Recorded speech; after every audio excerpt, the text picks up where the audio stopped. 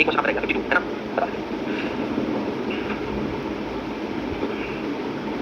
Set 2 लगा के मैं ड्रॉप करूँ, सेट 2 लगा दिया, सेट 2 में जो क्वेश्चन है उसका नंबर लिख लो, बीच बीच में बोलते रहना, सॉल्व कर दिया।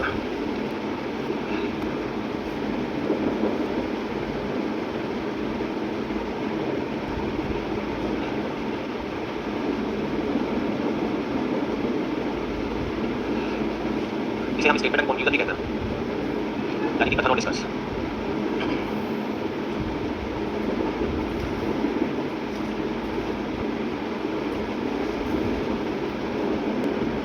न्याय वाक्य में 4 प्रकार के कथन होते हैं। There are 4 type of statement in syllogism. न्याय वाक्य में 4 प्रकार के कथन होते हैं। There are 4 types of statement in syllogism. जिसे दो भागों में बांटा जाता है, which is divided into 2 parts। जिसे दो भागों में बांटा जाता है, which is divided into 2 parts। पहला लिखिएगा सकारात्मक कथन यानी कि पॉजिटिव स्टेटमेंट, सकारात्मक कथन पॉजिटिव स्टेटमेंट, और पॉजिटिव स्टेटमेंट लिखिएगा इन्वर्टेड फॉर्म में कुछ और सब सभी। एग्जांपल लिखिए सम ए are B,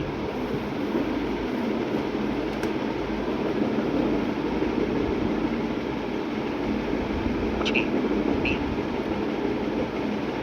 all A are B, सभी ए बी।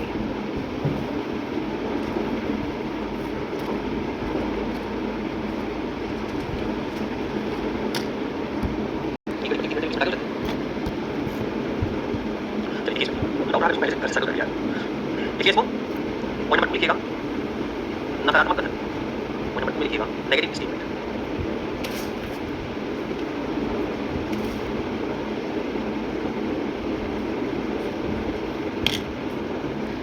कोई ए बी नहीं, दूसरा लिखिएगा सम नॉट, कुछ नहीं।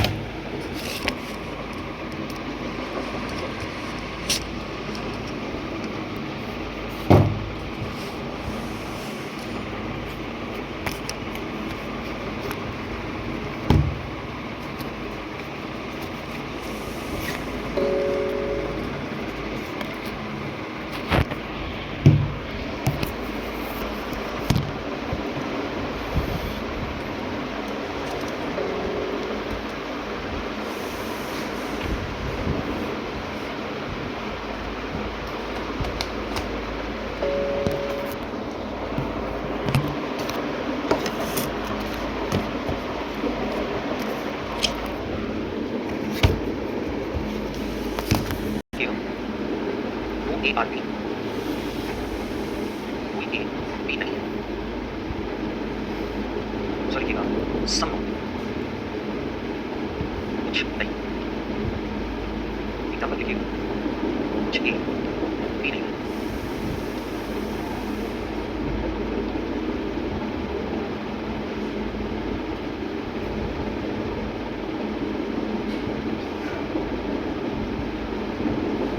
ठीक है, भाई आपकी 4 डायग्राम बनेगी। वेन डायग्राम, वेन आरेख,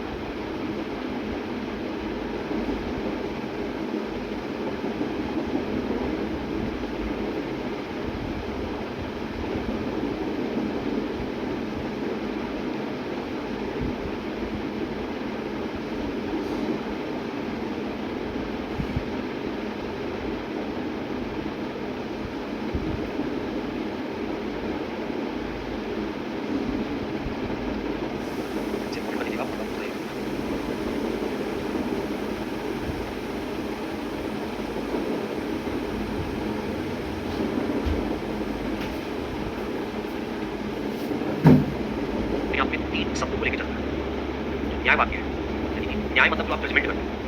न्याय अपने आप में 3 शब्द लेके चलता है। First is confusion. कन्फ्यूजन मतलब डिस्कर्स। डिस्कर्स हम किसे कहते हैं? डिस्कर्स का मतलब होता है विच इज 100%, जो कि 100% क्या होता है। कोई भी उदाहरण ले लीजिए, जो 100% सत्य होता है उसको हम क्या कहते हैं? डिस्कर्स कहते हैं। ठीक है। एंड पॉइंट नंबर 2 जिसको हम कहते हैं पॉसिबिलिटी। पॉसिबिलिटी इसका मतलब होता है संभावना। संभावना 100% ट्रू नहीं होता, ये 100% फॉल्स होता है। ये 100% ट्रू होता है और ये 100% क्या होता है? false होता है। और जो तीसरा पॉइंट होता है उसको हम कहते हैं ईदर और। ईदर और इसका मतलब हिंदी में होता है या। ठीक है। पॉसिबिलिटी मेरे कहने का मतलब ये है कि 50-50 होती है लेकिन फॉल्स होता है। पॉसिबिलिटी में आप कभी कंफ्यूजन होती है। मैंने आपसे कहा कि 2025 से सीजीएल का एग्जाम, ठीक है, बताओ उसमें मेरा ये स्टेटमेंट है कि कितने लड़के आप ये 40 लाख लड़के। इसके बारे में आप क्या कहोगे? It is a confusion, it is a possibility, it is a either. आप इसको तो भी छोड़ दीजिए, इसको छोड़ दीजिए, इसको ऐसे मत करिए। इस पे बात, इट इज अ पॉसिबिलिटी और इट इज अ कंफ्यूजन। संभावना कभी भी सत्य नहीं होता है। आउटसाइड द क्लास में इस समय क्या हो रहा है उसके बारे में हम कुछ भी बोलेंगे वो सब false है। ठीक है। आप देख कर आए मानो कि सर रास्ते में बहुत ट्रैफिक, आप उसके बारे में कमरे में बैठ के जो भी प्रेडिक्शन करोगे, जो भी बोलोगे, सारी की सारी चीजें क्या होंगी? सब false। पॉसिबिलिटी मतलब कंप्लीटली false। जहां पर कंफ्यूजन होता है वहां पर पॉसिबिलिटी कभी नहीं आएगा। जहां पर पॉसिबिलिटी होता है वहां कंफ्यूजन कभी भी नहीं आएगा। जहां पर पॉसिबिलिटी 50-50 ना, ये हम लोग चांस की बात करते हैं, है ना, कि भैया चांस है, हो सकता है। हो सकता है जैसे आप ये वर्ड बोलते हो ना, हो सकता है, ये डेफिनेट हो गया है कि हो सकता है मतलब डेफिनेटली आप एक फॉल्स चीज के बारे में प्रेडिक्शन कर सकते हो, राइट। और देखो यही 3 शब्द है बस इस चैप्टर। इस 3 शब्द को अगर अच्छी तरीके से समझ गए तो चैप्टर बहुत शानदार समझ में आ जाएगा। वरना मेरे ख्याल से कोई ऐसा धरती का स्टूडेंट नहीं जो इस चैप्टर में कंफ्यूज होकर बाहर ना निकले। और आप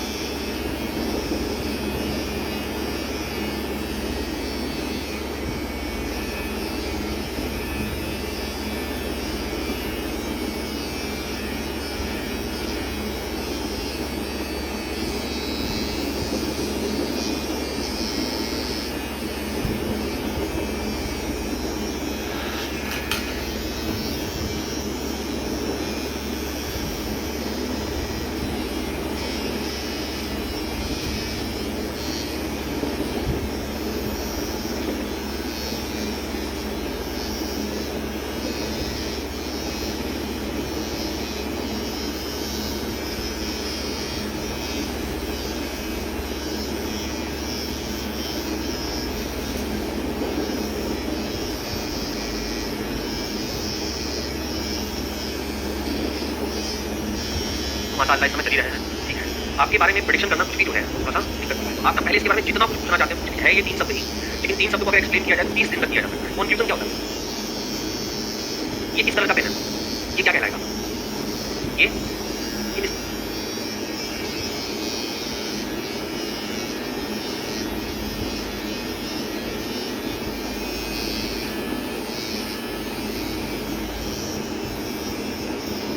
डिस्कस कहलाएगा। ये कौन सा कलर है? ये डिस्कस कहलाएगा। ठीक है। अब बताओ इस कॉपी के, इस बुक के अंदर एक पेपर पड़ा हुआ है, उस पेपर में कुछ लिखा हुआ है। क्या लिखा हुआ है? हमें क्या पता था? पेज नंबर 299 पर लिखा हुआ है कि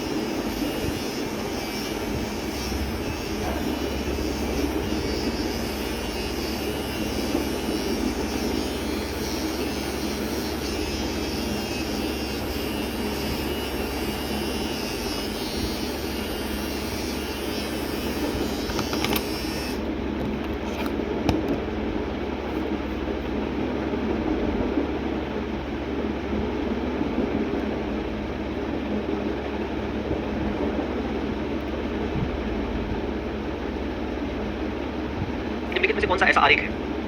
ये मैंने सही बोला है या गलत बोला है? 2 शब्द बोलो। ये आपके लिए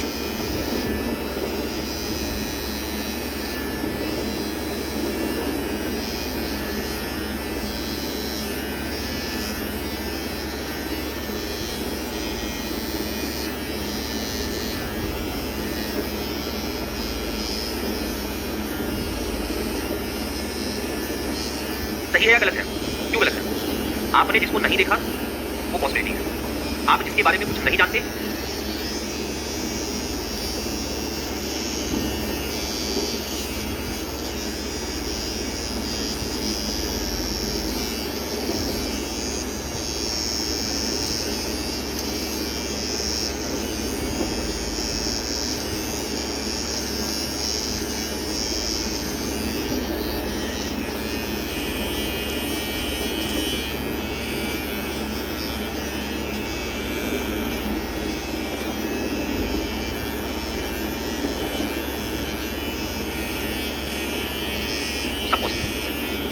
जिसको देखा वो कंफ्यूजन है, आप जिसको देखकर कुछ बोलते हो वही डिफरेंस है।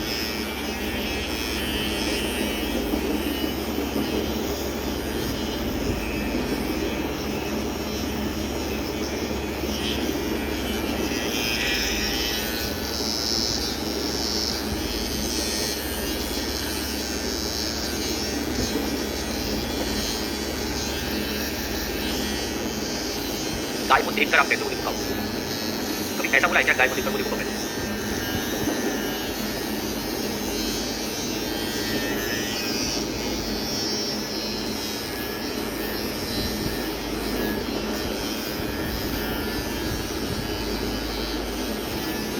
मेरा स्टेटमेंट कैसे निकालेंगे? आप ही तो कह रही हो मेरा स्टेटमेंट कंफ्यूजन हो सकता है। मेरा स्टेटमेंट कंफ्यूजन कैसे हो सकता है?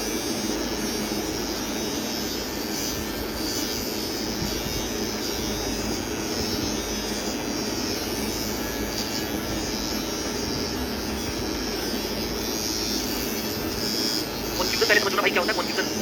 बिना स्टेटमेंट के कंफ्यूजन कहाँ जाएगा मेरे से?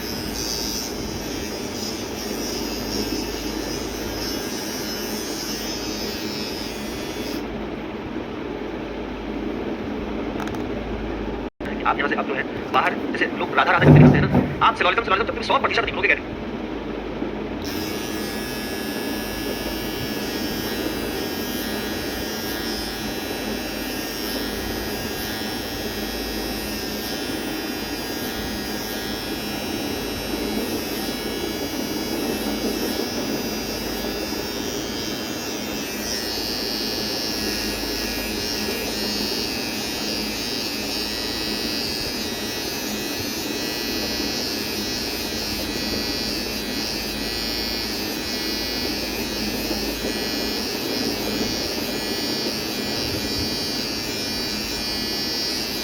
ये लिखा है ना स्टेटमेंट 4 प्रकार, स्टेटमेंट यहाँ 4 प्रकार लिखा है। एक चीज को ना बड़ा सावधानी,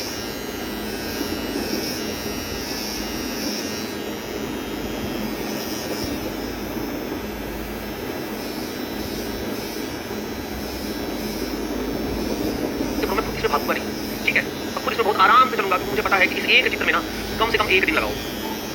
और पहले बता दे रहा हूँ, जो बोल रहा हूँ वही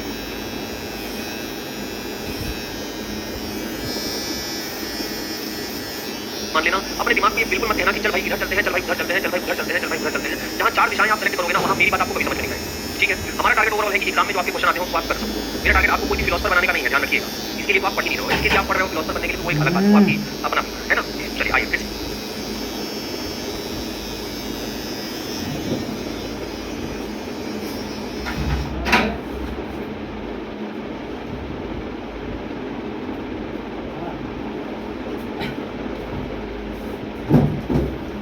मैसेज आया था।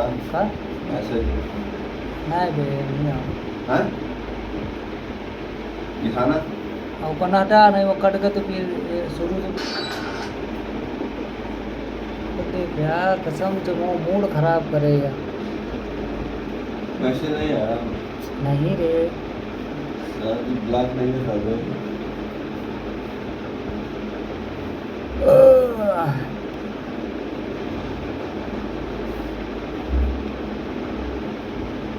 तुझसे हुई खता। चलो तो लेक्चर खत्म होता है। आओ जो हमें दिखाई दे उसको हम क्या कहते हैं?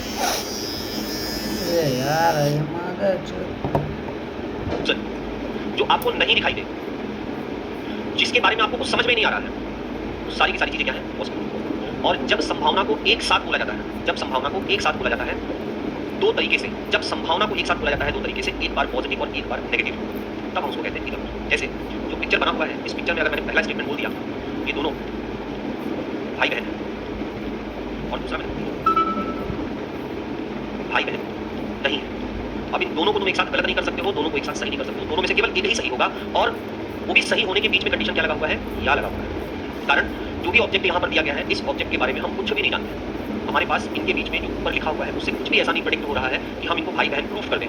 और आपने जो यहाँ पर हमारे सामने रखा है 2 कन्फ्यूजन, इस निष्कर्ष में से अगर हमें आप जजमेंट लेने के लिए कहोगे तो हम यही कहेंगे भैया तो आप पहला कहते हैं दूसरा कहते, दोनों में से कुछ होंगे, दोनों एक साथ गलत, दोनों एक साथ सही नहीं हो सकते। ठीक है, आप एग्जाम देने जाते, आप एग्जाम देने गए, आपने पेपर दे दिया, पेपर देके आप सेंट्रल हॉल से बाहर निकल गए, सेंट्रल हॉल के बाहर आपसे मेरी मुलाकात हुई, मैंने मुझसे मुलाकात की, हाँ भाई क्या हाल चाल है और रिजल्ट कैसा रहेगा, तो आप दो स्टेटमेंट तुरंत बोलोगे। वैसे तो तुम ये बोलोगे अरे सर 100% सिलेक्शन है, ठीक है, दो स्टेटमेंट बोलो, या तो हम दोनों में से अभी कोई सत्य नहीं है, लेकिन जैसे ही इसका कट ऑफ आएगा दोनों में से तुरंत एक चीज सही होगी। क्यों? क्योंकि अब जो कट ऑफ है उसको आप क्या कर सकते हो, देख सकते हो। तो जब आपने देख लिया तो जो चीजें पॉसिबिलिटी चल रही थी वो किसमें कन्वर्ट हो जाएंगी, पॉजिटिव। तो या तो आप पहले वाले को सही कहोगे तो दूसरा वाला तुरंत क्या हो जाएगा गलत, या तो आप दूसरे वाले को सही कहोगे तो पहला वाला तुरंत क्या हो जाएगा, राइट। सब कुछ आपके विजिबिलिटी पर है, सब कुछ आपके देखने पर है। जिसको हम देखते हैं उसको हम क्या कहते हैं, निष्कर्ष है। जिसको हम नहीं देखते हैं उसको हम क्या कहते हैं, पॉसिबिलिटी है। और जब किसी संभावना को एग्जामिनर सकारात्मक और नकारात्मक दृष्टिकोण में बोलता है ना, तो उसको हम क्या कहते हैं, ईदर और कहते हैं। और यही तीन चीज आपको पूरे चैप्टर में लेकर चले, और यही तीन चीज आपको बहुत ज्यादा तंग करने वाला है। सबसे अधिक ये कर सकता है और ये कर सकता है। और अगर इन दोनों से निजात पाना है तो सिर्फ एक स्टेटमेंट अपने दिमाग में रख लीजिए, जो चीज हमें नहीं दिखाई दे रहा भाई वो क्या है, संभावना। और अगर संभावना को आप दो तरीके से बोलना स्टार्ट करोगे तो क्या होगा, करोगे। अब क्या देखने वाली बात आप कर रहे हो सर, हम देखने वाली बात कर रहे हैं किसको, वेन डायग्राम। हम देखने वाली बात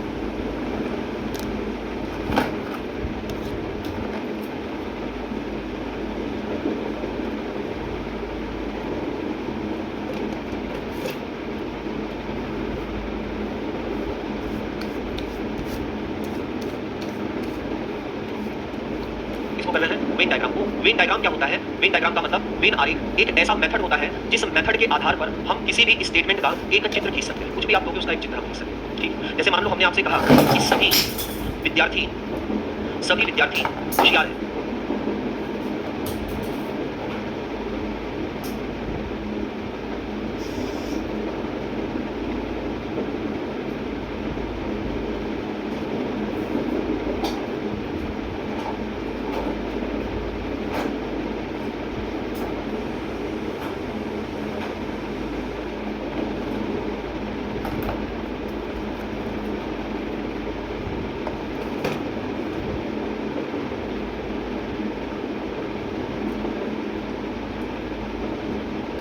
ऑल स्टूडेंट्स आर क्लेवर, सभी विद्यार्थी होशियार। अब इस स्टेटमेंट से अगर हमें जजमेंट लेना हो ना तो जजमेंट तो वैसे भी ले सकते हो। भाई एक बात बताओ, अगर इस क्लास का बैठा हुआ सारा स्टूडेंट होशियार है तो इसका मतलब ये भी होशियार है, ये भी होशियार है, पीछे जो बैठे हैं तो वो भी होशियार है। सारे के सारे स्टूडेंट क्या है, होशियार है। भाई सारे स्टूडेंट डॉक्टर हैं, ये भी डॉक्टर है, ये भी डॉक्टर है। कोई ये नहीं कह सकता कि ये इंजीनियर है। रीजन, आपने सीधे सीधे कह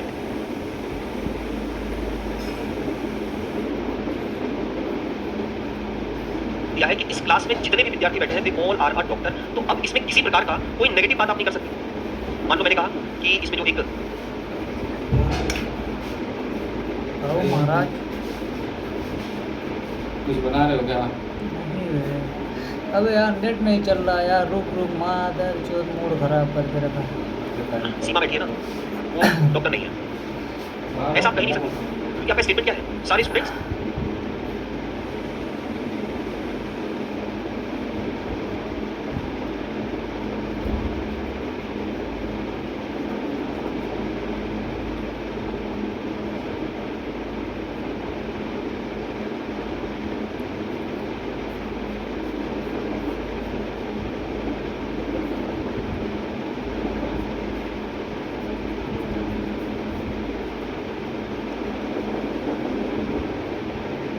डॉक्टर है, तो हम किसी को भी नेगेटिव नहीं बोल सकते, है ना। ओके, हम ये कहते हैं कि सीमा या दूसरा नाम ले रेखा इंजीनियर है, ये भी नहीं कह सकते।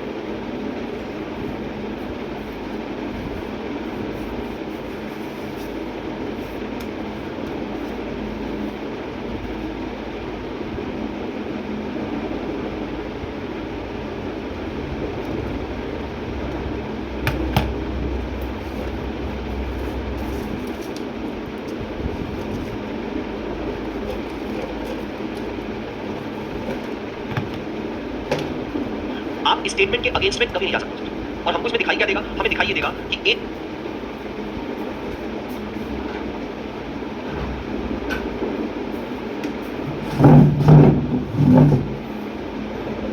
के लिए एक सर्कल को फिक्स करेंगे और इनके बीच में इस शब्द के आधार पर एक वेन आरेख को बनाने की कोशिश करेंगे। और उस वेन आरेख का रिजल्ट ये होगा कि जितने भी विद्यार्थी हैं वो सारे के सारे किसके अंतर्गत आने चाहिए, होशियार के अंतर्गत। मतलब हम सीधा एक डायग्राम ऐसे खींच देंगे कि जितने भी विद्यार्थी हैं वो सारे के सारे क्या हैं, होशियार हैं। इसका मतलब जो विद्यार्थी का सर्कल है, जो विद्यार्थी का सर्कल है इसके अंतर्गत आ जाएगा होशियार। इसी को हम कहते हैं मेथड ऑफ वेन। लेकिन जब इस डायग्राम को बनाकर आप कंक्लूड करने की कोशिश करोगे यानी कि आप कुछ निष्कर्ष निकालने की कोशिश करोगे तो निष्कर्ष निकालते समय आपको दो चीजों का बहुत विशेष ध्यान रखना है। पहला ये बात ध्यान रखना है कि जब भी आप इस तरीके के डायग्राम में निष्कर्ष निकालो तो अंदर से बाहर की तरफ जाते समय आप केवल इन दो शब्दों के आधार पर ही निष्कर्ष बोल सकते हो और बाहर से अंदर आते समय आप केवल एक शब्द के आधार पर ही निष्कर्ष बोल सकते हो। फॉर एग्जाम्पल मान लो मैं कहता हूँ कि सारे के सारे विद्यार्थी जो है वो किसके अंतर्गत है, होशियार के अंतर्गत, और सारे के सारे होशियार जो है वो क्या है, सेलेक्टेड। मान लीजिए ऐसा एक स्टेटमेंट कहा गया है कि जितने भी विद्यार्थी हैं वो सारे के सारे क्या है, होशियार के अंतर्गत है, और सारे के सारे होशियार जो है वो क्या है, सेलेक्टेड है। अगर मुझे इससे निष्कर्ष निकालना होगा तो सिंपल सी बात है, ऐसे कह सकता हूँ कि कुछ विद्यार्थी जो है बाहर की तरफ यानी होशियार और सेलेक्टेड से निकालूंगा तो कुछ विद्यार्थी होशियार है, ये एकदम सत्य होगा। कुछ विद्यार्थी सेलेक्टेड है, ये भी सत्य होगा। कुछ होशियार सेलेक्टेड है, ये भी सत्य होगा। सभी विद्यार्थी होशियार है, ये भी सत्य होगा। सभी विद्यार्थी सेलेक्टेड है, ये भी सत्य होगा। और सभी होशियार क्या है, सेलेक्टेड है, ये भी सत्य होगा। जब मैं अंदर से बाहर की तरफ निष्कर्ष निकालूंगा तो दोनों शब्दों के आधार पर निष्कर्ष निकाल सकता हूं, दैट इज सभी और कुछ। लेकिन जब मैं बाहर से अंदर की तरफ निष्कर्ष निकालूंगा यानी कि सेलेक्टेड से होशियार में, तो ये स्टेटमेंट नहीं बोल सकता हूं कि सभी सेलेक्टेड होशियार है, क्योंकि सारा सेलेक्टेड का जो सर्कल है वो होशियार के अंतर्गत नहीं। हम ये बोल सकते हैं कि हाँ, सेलेक्टेड सर्कल का कुछ हिस्सा किसके अंतर्गत है, होशियार के अंतर्गत है। यानी कुछ सेलेक्टेड क्या है, होशियार है, कुछ होशियार क्या है, विद्यार्थी है, और कुछ सेलेक्टेड क्या है, विद्यार्थी। बस दो चीज का ध्यान रखना। बाहर से अंदर जाते समय, बाहर से अंदर जाते समय, बाहर से अंदर का मतलब सेलेक्टेड से होशियार या होशियार से विद्यार्थी तक आते समय आपका जो भी निष्कर्ष निकलना चाहिए वो किसका निकलेगा, कुछ का। और अंदर से जब बाहर आप जाओगे तो निष्कर्ष किसका निकलेगा, सभी और कुछ का। अगर आप मतलब बेफजूल की चीजों में ना फंसो तो सीधा सीधा आंसर निकालेगा। लेकिन अभी बच्चा कहता है कि सर ये जो सभी है ना, या ये कुछ जो है ये कुछ नहीं समझ में आ रहा है। या मैंने देखा था एक किताब में कि स्मॉल का जो डायग्राम आपने बनाया है, स्मॉल के डायग्राम एग्जाम्पल इस तरीके से भी दिखा रहा है, इस तरीके से ओवरलैप तो दिखा सकता है। उसके कहने का मतलब यही है कि जितना विद्यार्थी का सर्कल है वो सारा का सारा किसके अंतर्गत आएगा, होशियार के अंतर्गत। तो हम उस सर्कल को उसके ऊपर पूरा रखते हैं। जैसे मान लो कि एक पेज यहाँ पड़ा हुआ है, एक पेज यहाँ पड़ा हुआ है, उसके ऊपर ठीक दूसरा पेज रहता है। कहने का मतलब यही ना, जो नीचे वाला पेज है वो ऊपर वाले पेज से क्या हो रहा है, कंप्लीटली ढका हुआ है ना। हमें दिखाई नहीं दे रहा लेकिन कंप्लीटली ढका हुआ है। मतलब जो नीचे वाला, मान लो नीचे वाला रेड पेज है और ऊपर वाला येलो पेज है, तो हम ये कह सकते हैं ना सारा का सारा रेड पेज जो है वो किससे ढका हुआ है, येलो पेज से ढका हुआ है। स्टेटमेंट तो सर यही हुआ कि सभी विद्यार्थी क्या है, होशियार है। तो ऐसा डायग्राम क्यों नहीं बनाते हैं? ऐसा डायग्राम हम इसलिए नहीं बनाते हैं क्योंकि जब हमको कंक्लूड करना होगा या इन दोनों से मिला के कोई और डायग्राम खींचना होगा तो हमें थोड़ी दिक्कत हो सकती है। इसलिए हम थोड़ा सा स्पेस का प्रयोग करते हैं कि जितने भी विद्यार्थी हैं वो सारे के सारे किसके अंतर्गत आ गए हैं, होशियार के अंतर्गत। तो हम उस डायग्राम को इस प्रकार से रिप्रेजेंट करते हैं। और जब भी आपको आंसर निकालना होगा, आंसर निकालते समय आप इन दो बातों का बहुत विशेष ध्यान रखिएगा कि बाहर से अंदर आते समय आप निष्कर्ष किसका निकालोगे, केवल कुछ का, और अंदर से बाहर जाते समय आप निष्कर्ष निकालोगे किसका, सभी और कुछ। ठीक है, रफ पेपर खोलिएगा फटाफट, रफ कॉपी और सिलोजिज्म चैप्टर खोलिएगा फटाफट।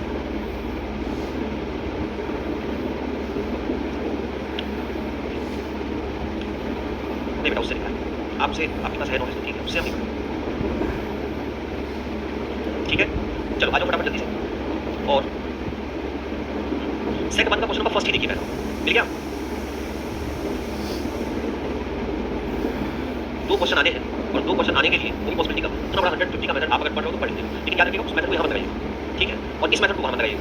लास्ट आप दोनों चीज में कंफ्यूज हो जाओ। एक ही मेथड लेके चलिए। अगर आपको ये 150 अच्छी तरीके से आता है देन ऑल द बेस्ट, क्योंकि हम समझते हैं कि 150 मेथड स्टूडेंट को तभी पढ़ाना चाहिए जब इसके कम से कम 4 से 5 क्वेश्चन आए, क्योंकि इससे और सिर्फ टाइम बचाता है। ठीक है, लेकिन एक क्वेश्चन को जहाँ पर आप देखकर आंसर निकाल लो वहाँ पर मात्र 10 सेकंड लगेंगे इस डायग्राम को खींचने में एक्स्ट्रा। उसके लिए उतना लंबा मेथड पढ़ना मुझे नहीं उचित लगता है। ठीक है, बाकी अगर कहेंगे तो आपको संडे मंडे बुला के पढ़ा देंगे। ठीक है भाई, देखो पहला स्टेटमेंट क्या है, सभी कुर्सियां क्या है, मिल गया, और सभी लकड़ियां क्या है, इसको छोड़ दो, इसको छोड़। अभी बिल्कुल कंफ्यूज मत होना, जैसे जैसे बोल रहा हूं वैसे वैसे चलो। हां, क्वेश्चन नंबर 10वां देखो एक बार। क्वेश्चन नंबर 10वां, सभी किताबें बैग है और सभी बैग पेन है। जरा इसका डायग्राम एक बार ड्रॉ करने की कोशिश करिएगा। हां, क्वेश्चन नंबर 10वां नहीं है? आप सिलोजिज्म का सेट 1 खोलिए। अच्छा कोई बात नहीं, छोड़ दो, आपको खोले मत रहने दो। इधर देखिए, ये स्टेटमेंट लिखा, छोड़ दीजिए भाई, छोड़। ये स्टेटमेंट लिखा है, इसमें कथन के रूप में क्या लिखा है, सभी एम से क्या है। देखो इन चीजों को ना तो आप कभी भी परिवर्तित कर सकते हो, इनका कोई अस्तित्व नहीं होता है, ये बस मात्र शब्द है।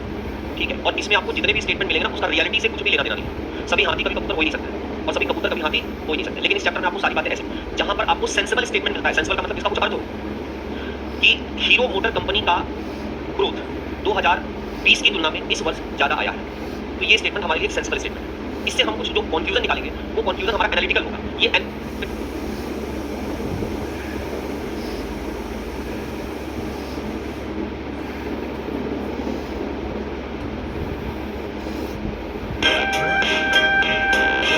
जितना पार्ट आपको दिखाई दे रहा है, ये एम्स का जितना पार्ट आपको दिखाई दे रहा है, ये सब किसके अंतर्गत आना चाहिए, इसके। तो हम सिंपली एक काम करेंगे कि जो एम्स का सर्कल है उसको हम रख देंगे किसके अंतर्गत, इसके अंतर्गत। यानी ये एम्स का सर्कल हो गया और ये किसका सर्कल हो जाएगा, बस खत्म। और फिर कह रहा है कि सारे के सारे जो केस है वो किसके अंतर्गत आने चाहिए। इसका मतलब जो भी केस का सर्कल है ये, उस पूरे सर्कल को हमें किसके अंतर्गत रख देना है, जेड्स के अंतर्गत। उस पूरे सर्कल को रख देना है किसके अंतर्गत, जेड्स के अंतर्गत। और इससे अगर हमें कभी भी ये कहा जाएगा कि आप इसे कंक्लूड करिए या निष्कर्ष निकालिए, तो निष्कर्ष निकालते समय बेटा याद रखना हमें कि हम अगर अंदर से बाहर की तरफ जा रहे हैं तो हमारे पास दो वर्ड होंगे, एक तो हम सभी का भी बोल सकते हैं और दूसरा हम कुछ का। वहीं पर जब हम बाहर से अंदर की तरफ आएंगे तो हम सिर्फ एक स्टेटमेंट बोल सकते हैं, किसका, कुछ का। जैसे इन्होंने पहला वाला, इसको अगर मैं ढक लूं तो पहला वाला एम से किसके बीच में बोला है, जेड के बीच में। पहला वाला जो बोला है वो एम से किसके बीच में बोला है, जेड से। अब एम से जेड पहले आप ये डिफाइन करो कि एम से जेड आप अंदर जा रहे हो या बाहर जा रहे हो, एम से जेड आप अंदर जा रहे हो या बाहर जा रहे हो। अरे तो बाहर जाते समय या तो सभी का बोलिए या तो कुछ का बोलिए, किसका बोला है इन्होंने? सभी का, तो पहला वाला क्या होगा? सही होगा। वहीं पर दूसरे वाले में एम से आप कहाँ जा रहे हो? केस की तरफ। एम से कहाँ जा रहे हो? केस की तरफ। एम से कहाँ जा रहे हो? केस की तरफ। और हम ये कहाँ जा रहे हैं? अंदर से बाहर की तरफ। और अंदर से बाहर की तरफ जाएंगे तो उसका भी निष्कर्ष सही होगा और हम कह देंगे कि हमारा पहला और दूसरा दोनों क्या है? सत्य है। क्लियर है भाई? क्लियर सबको? चलो डायग्राम से बनाते चलना और भी आपको कुछ भी नहीं करना, बनाओ जल्दी से।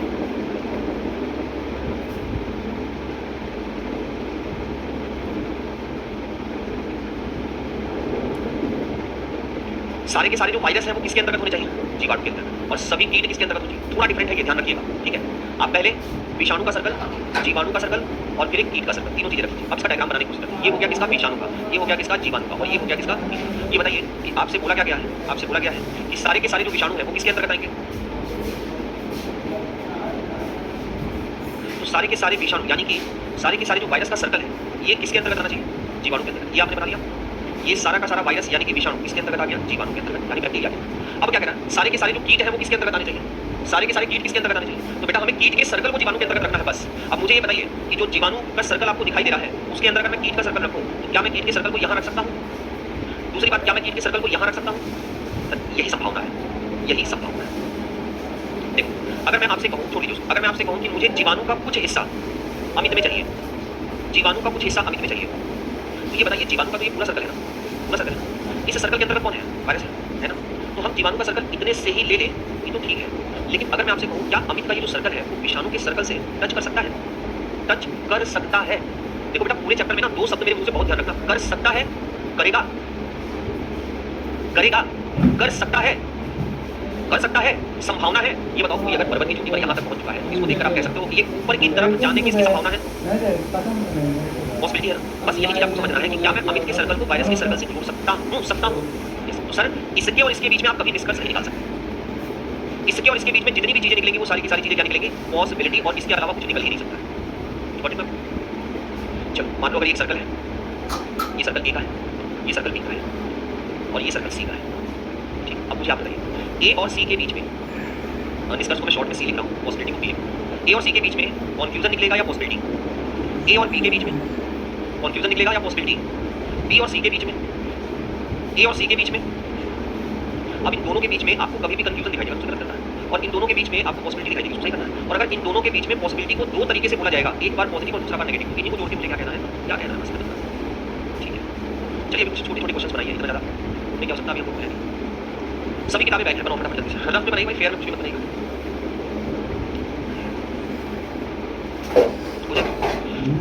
बनाओ भाई, डायग्राम बनाइए, डायग्राम बनाते हैं, डायग्राम।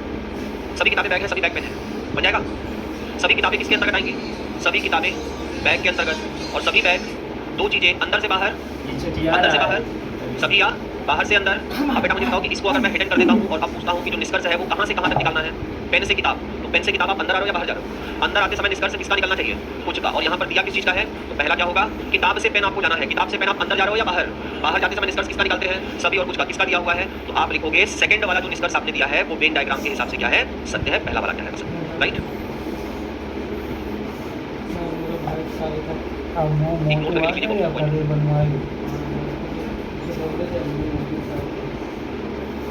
सकारात्मक कथन से नकारात्मक निष्कर्ष नहीं निकाला जा सकता।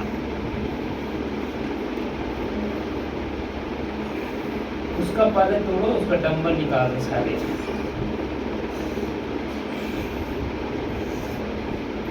सकारात्मक कथन से नकारात्मक निष्कर्ष नहीं निकाला जा सकता। We cannot get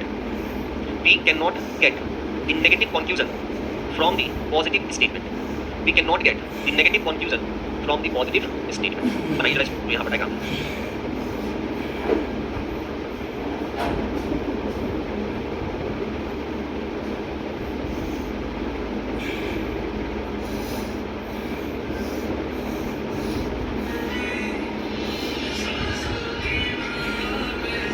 क्या बनेगा?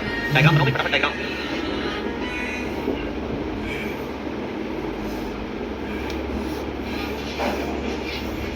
पीछे बन गया रख ले।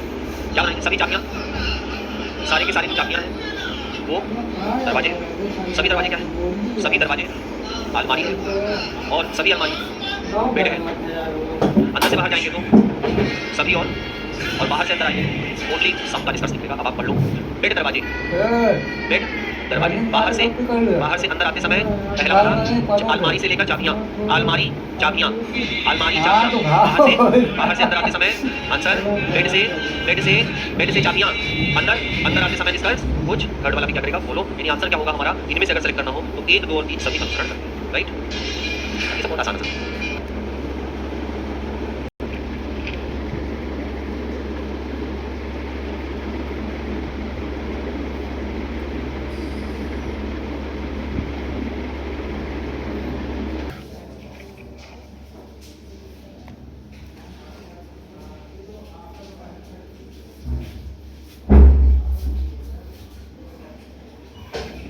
सारे डाउट्स आज ही बोलो। सेट 1 सेट 2 30 नंबर 31 नंबर और उसके बाद 52 और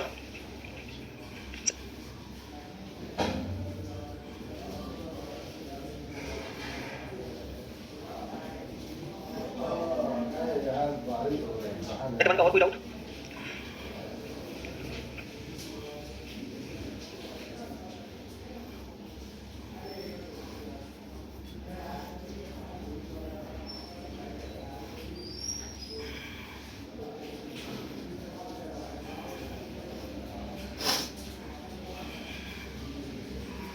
जल्दी बताओ। सेट 1 खत्म। अभी सेट 1 का किसी और का कुछ डाउट है? पक्का? 1, 2 और 3 क्वेश्चन सेट 2 में बोलो फटाफट जल्दी से।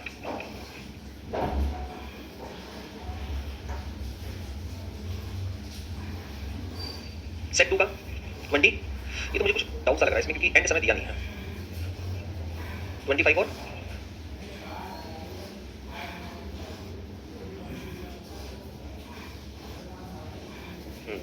24 घंटे में कैसे निकाल सकते हैं ऐसी बात है। चलो 25, 26 और बाकी सारे हो गए। 17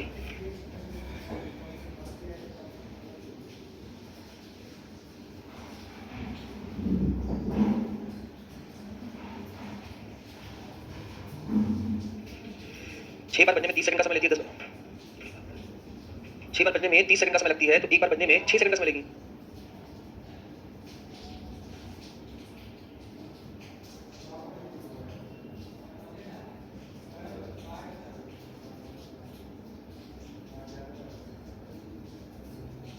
पांच का 30 तो 10 बार बजने में कितना समय लेगी? 50 सेकंड। चलिए 70 और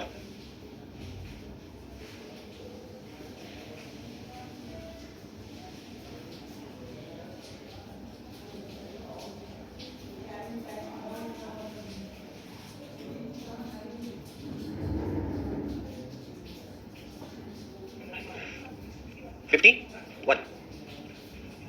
अरे यार 29 23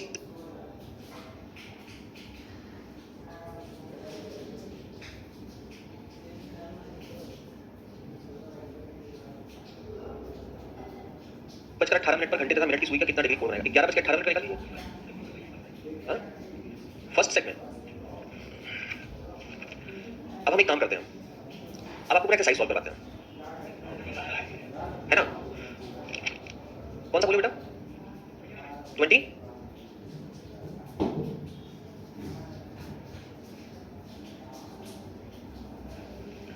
28 29 क्लास एक बार देख लिया करो। 29 नंबर 32,000/11 मिनट आज।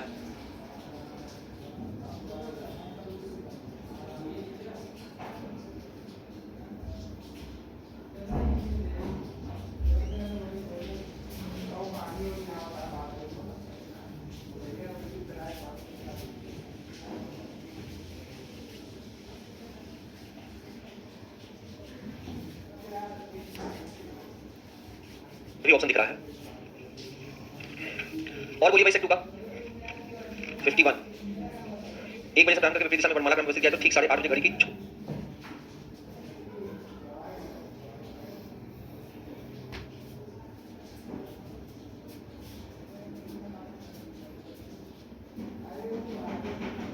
फुटी सुई किन दो अक्षरों के बीच होगी? 58 1 बज 6 मिनट विलंब घंटा। क्या बात कर रहे हो भाई? प्रत्येक घंटे में 6 मिनट विलंब होती जा रही है, वह प्रत्येक 4 मिनट सेकंड से 6 मिनट विलंब में चल रही है और वह प्रत्येक 4 मिनट में 4 सेकंड प्रत्येक मिनट में 4 सेकंड विलंब होती जा रही है। 1 मिनट में 4 सेकंड विलंब होती जा रही है। कितने मिनट के बाद पूरा घंटा विलंब हो जाएगा? आपको क्वेश्चन नंबर सेट 1 देख, चलो छोड़ो, अच्छा हटाओ और बताओ 58 के बाद, 58 के बाद सेट 2 में कोई और डाउट?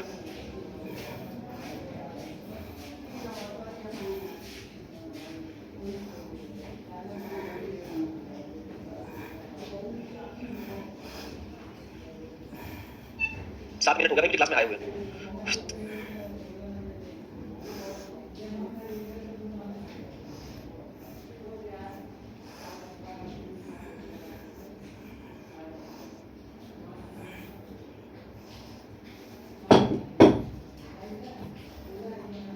क्वेश्चन इसमें देख लेना, 26 है 25 है, और उसके बाद एक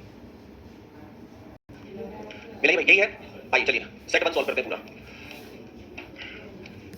अब जितने लोग बैठे हो सब ध्यान से सुन लेना, ठीक है? ये एक बार सेट सॉल्व करवाएंगे, दोबारा नहीं करवाएंगे फिर, इसलिए जो डाउट होगा शुरुआत में क्लास चलते समय पूछना, टॉपिक चेंज होने के बाद नहीं। बनाओ भाई, इसका डायग्राम बन जाएगा। सभी कुर्सियां क्या हैं, कल मैंने नोट्स में आपके क्या क्या लिखा,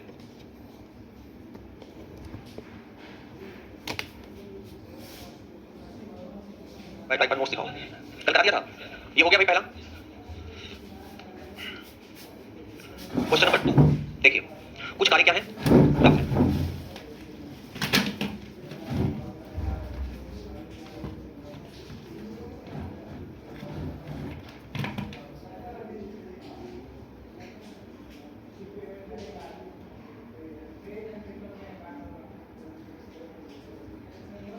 कुछ कार्य क्या है, रफ है, और कुछ रफ क्या है, बस। किसी को अगर डायग्राम बनाने में कोई दिक्कत होगी तो बताइएगा। कार का कुछ हिस्सा किसके अंतर्गत आएगा भाई?